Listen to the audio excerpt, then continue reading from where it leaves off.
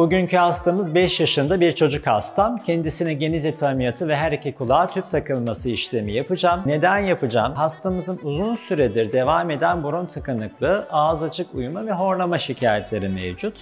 Ve maalesef bu süreç içerisinde de orta kulak da etkilendiğinden bir miktar duyma kaybımız da var. Hastamızın ameliyat öncesi duyma testinde de işitme kaybını saptadığımız için bu ameliyata karar verdik.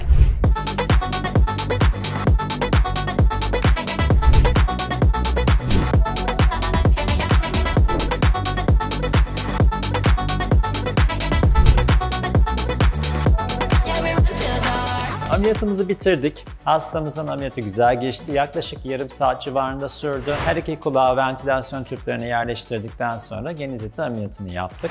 Bundan sonraki süreçte hastalarımızın takibini yapacağız. Özellikle kulak tüpü ameliyatı yaptığımız çocuk hastalarımızda ben mutlaka belli aralıklarla kontrole çağırıyorum. Kulak zarına yerleştirdiğimiz tüpler geçici tüpler. Bunlar bir süre sonra düşecekler. Ancak düşüp düşmediğini değerlendirmek için mutlaka kontrolümüz altında olmaları gerekiyor.